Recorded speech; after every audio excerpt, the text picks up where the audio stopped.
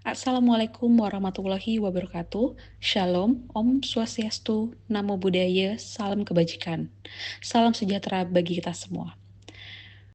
Perkenalkan, saya Intan Wisni. Di sini saya akan mempresentasikan tentang analisis etika bisnis sebagai strategi bisnis dalam meningkatkan daya saing perusahaan pada PT Anidia Wiraputra Consult.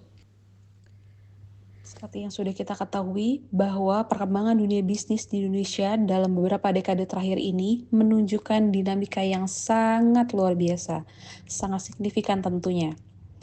Berdasarkan data dari Kementerian Perindustrian Republik Indonesia tahun 2023, pertumbuhan sektor bisnis di Indonesia mencapai angka 5,3%. Dalam menghadapi arus persaingan yang semakin ketat, perusahaan-perusahaan Indonesia berlomba-lomba menunjukkan keunggulan kompetitif mereka melalui berbagai strategi dan inovasi. PT Anindya Wiraputra Consult sebagai salah satu pemain dalam industri konsultasi di Indonesia menyadari pentingnya membangun strategi komunikasi korporat yang kuat dan penerapan etika bisnis yang konsisten dalam meningkatkan daya saing perusahaan.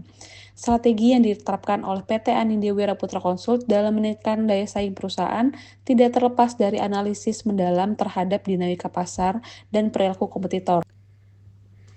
Analisis kompetitor yang dilakukan oleh PT Anindya Wiraputra Consult mengungkapkan beberapa kekurangan yang umumnya ditemui dalam industri konsultasi seperti keterbatasan customization layanan, waktu respons yang lambat, bahkan sampai kurangnya integrasi teknologi dalam delivery layanan. Dikutip dari Gunawan dan Pratama tahun 2023. Mengidentifikasi kesenjangan ini, PT Anindya Wiraputra Consult menerapkan etika bisnis dalam internal perusahaannya dengan mengembangkan model layanan yang lebih cepat, adaptif, dan responsif. Didukung oleh berbagai platform digital yang memungkinkan interaksi antara marketing dengan klien secara real-time. Dalam jangka panjang, etika bisnis sebagai strategi memberikan dasar yang kokoh bagi pertumbuhan perusahaan. Dengan menanamkan nilai-nilai etika dalam setiap aspek operasional, perusahaan dapat meningkatkan kepercayaan pelanggan, memperkuat hubungan dengan investor, bahkan menciptakan budaya organisasi yang tangguh. Oleh karena itu, etika bisnis bukan hanya kewajiban moral, tetapi juga investasi yang strategis untuk memberikan nilai tambah bagi keberlanjutan perusahaan.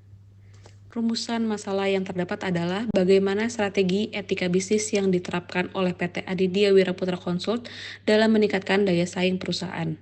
Dan tujuan penelitian di sini adalah untuk mengetahui bagaimana strategi etika bisnis yang diterapkan oleh PT Aditya Wiraputra Consult dalam meningkatkan daya saing perusahaan. Research novelty. Dari segi kebaruan penelitian, novelty study ini menawarkan beberapa aspek yang membedakan dari penelitian-penelitian sebelumnya. Penelitian ini mengembangkan framework analisis yang mengintegrasikan pendekatan competitive intelligence dengan strategi corporate communication. Berbeda dengan studi-studi terdahulu yang cenderung memisahkan kedua aspek tersebut. Penelitian ini menawarkan perspektif baru dalam memahami bagaimana analisis kompetitor dapat digunakan sebagai basis pengembangan strategi komunikasi yang efektif. Adapun terdapat 3 literatur review di sini. Yang pertama dari Jamie J. tahun 2024, yang kedua dari Danny V. tahun 2018, yang ketiga dari Harada dan Osman tahun 2014. Terdapat teori utama yaitu strategi corporate communication. Menurut Van Riel dan Fomburn, corporate communication atau komunikasi korporat yang dapat diartikan sebagai sebuah rangkaian kegiatan pengelolaan dan pengaturan berbagai bentuk komunikasi internal maupun eksternal dalam menjalankan kegiatan untuk mencapai tujuan-tujuan organisasi. Aspek internal yang mencakup karyawan, manajemen, serta pemegang saham, sedangkan untuk aspek eksternal yaitu mencakup customer, pemerintah, media, maupun masyarakat luas. Peran corporate communication dalam membentuk dan memelihara identitas, brand image, bahkan reputasi perusahaan, yaitu berperan dalam proses komunikasi di internal perusahaan yang membentuk kesehatan organisasi, mendorong kolaborasi, serta inovasi karyawan. berperan dan membangun corporate branding dengan mengelola reputasi perusahaan, dan berperan besar pada krisis manajemen dengan menghadapi resiko terburuk yang dapat merugikan reputasi perusahaan. Dikutip dari Abdurrahim Tresnawati dan Rabati tahun 2024. Terdapat juga teori pendukung, yaitu teori etika bisnis. Etika bisnis diwujudkan melalui kebijakan internal seperti kode etik perusahaan, program pelatihan etika, dan mekanisme untuk mendorong transparansi serta akuntabilitas. Etika juga menjadi panduan untuk menghadapi dilema bisnis yang kompleks, seperti konflik antara keuntungan finansial dan dampak sosial. Misalnya, seperti perusahaan menghadapi keputusan sulit terkait pemutusan hubungan kerja atau alokasi sumber daya yang terbatas.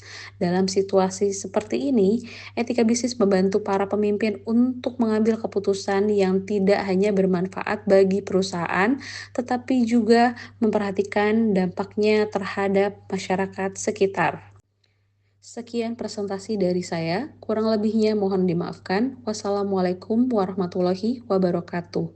Shalom, Om Swastiastu, Namo Buddhaya, salam kebajikan.